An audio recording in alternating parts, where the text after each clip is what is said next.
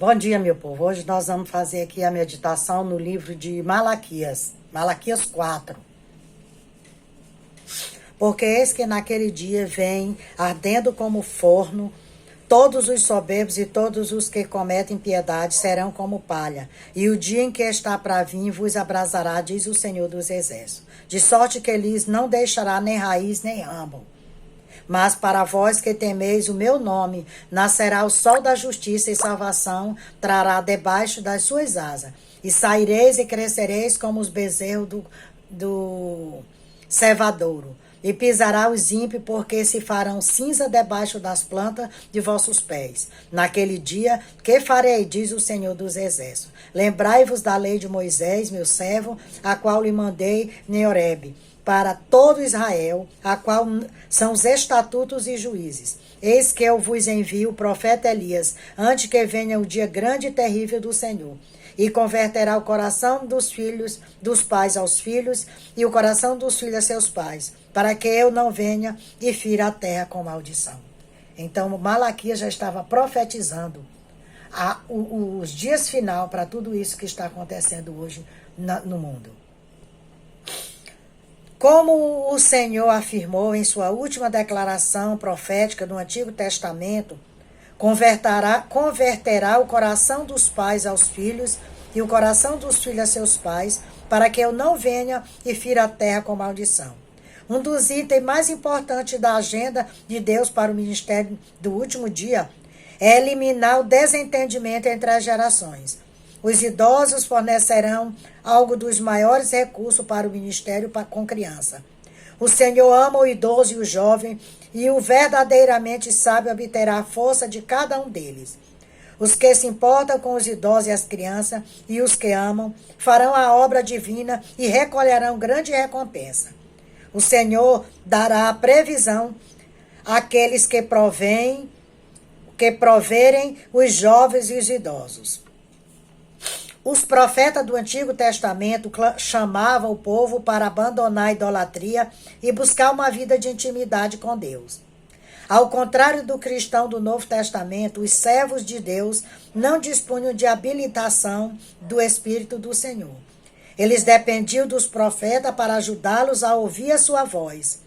Avivalistas como Elias pregam mensagem revestida com o fogo profético do ministério, inflamando corações para amar a Deus mais uma vez. E a intimidade com o Senhor pudesse restaurar. Então a intimidade na unidade familiar acabará acontecendo. Esse ministério de fogo é inevitavelmente necessário ao avivamento dos relacionamentos e da família. Não é diferente dos dias de hoje. A palavra, ela não mudou. Jesus Cristo veio, morreu, pregou o evangelho, foi crucificado, ao terceiro dia ressuscitou, e ele disse, eu vou para o Pai e vou lhe mandar o Espírito Santo, que é o Consolador. E nós temos o Espírito Santo, que é o nosso Consolador. Mas essa palavra do final, do fim dos tempos, já estava sendo pregada lá pelos profetas do Velho Testamento. Lá ele diz que o povo perece por falta de conhecimento. Se nós buscarmos mais no Senhor, se meditarmos mais dentro da palavra, nada e ninguém vai nos tirar do alvo que é Cristo. Nós estamos vivendo os últimos momentos aqui nessa terra. Você vê caos para todos os lados. O ser humano, a ganância cada dia mais, ele quanto mais tem, mais quer, e o povo mais humilde, sofrendo, perecendo. E eles não estão preocupados com isso, é nas farras, eu estou me referindo aos líderes que estão à frente dos países, do nosso país, do nosso estado, do nosso município. São homens que não pensam na população mais carente. Quantas pessoas nesse momento estão perecendo? Com esse período de chuva constante, para todos os lados você vê enchente. E ainda tem político que se aproveita dessa situação para usurpar, para galgar, pensando já daqui a 2 anos, 1 ano para a eleição.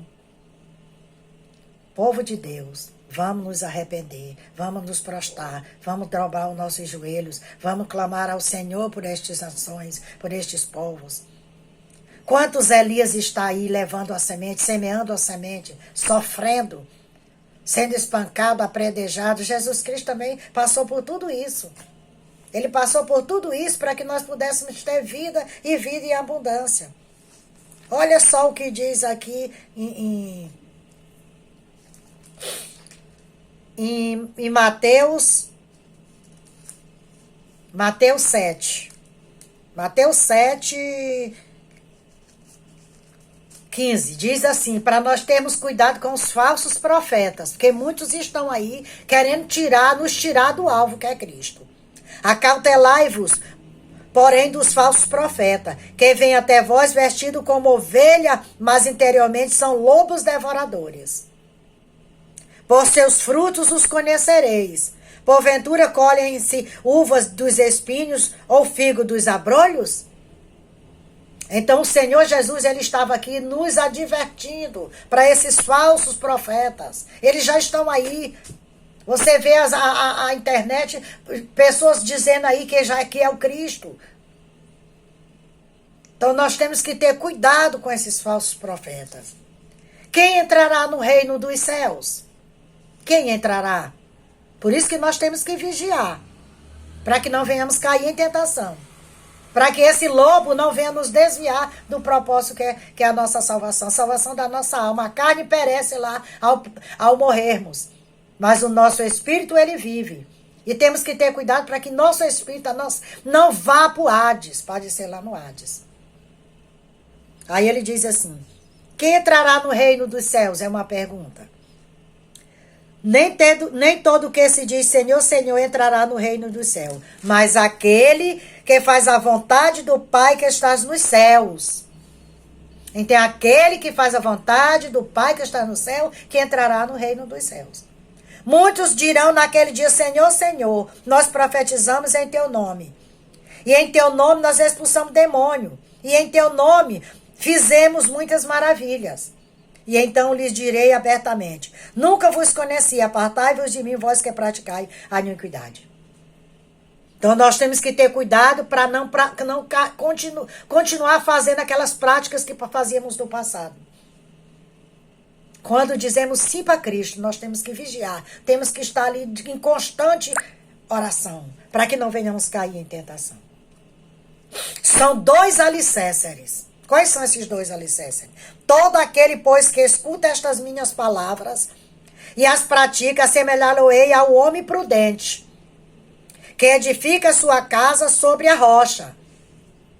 E desceu a chuva, e correram rios, e assopraram ventos, e combateram aquelas casas. E não caiu, porque estava edificada sobre a rocha. Quando nós estamos em vigilância, não tem nada que nos tire do propósito que é a salvação, que é ir morar com Cristo.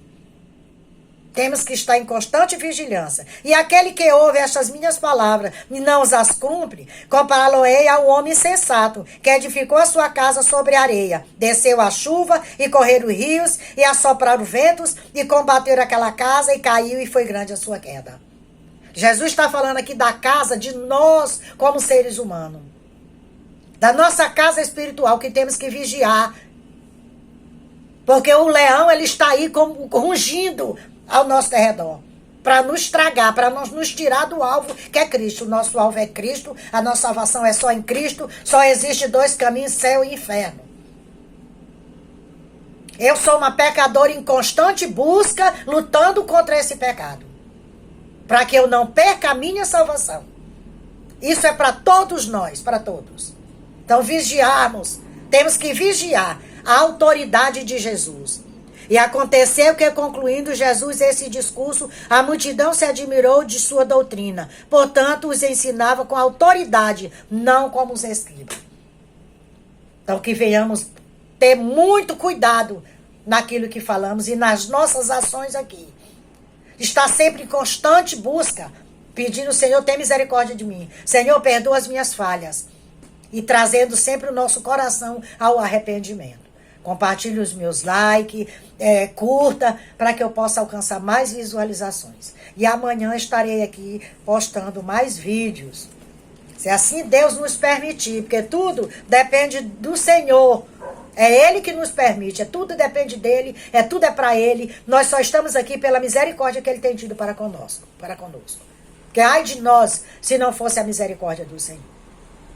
Louvar aqui um corinho, uma estrofezinha de um hino para encerrarmos aqui o nosso vídeo. Comprado com sangue de Cristo, alegre ao céu sim eu vou, liberto do vício maldito, já sei que é de Cristo, filho sou. Já sei, comprado com sangue eu sou. Já sei, com Cristo ao céu sim eu vou. Então nós somos comprados com o sangue de Cristo. E o nosso alvo é o céu, a nossa morada é o céu. Nós estamos aqui nessa terra como estrangeiro. O nosso tempo aqui é curto. Nós já estamos livres dessa lei severa, porque Cristo nos redimiu ao ser crucificado lá naquela cruz. Que Deus nos abençoe, compartilhe, curta, para que eu possa alcançar mais visualizações. Que o Senhor Jesus nos abençoe.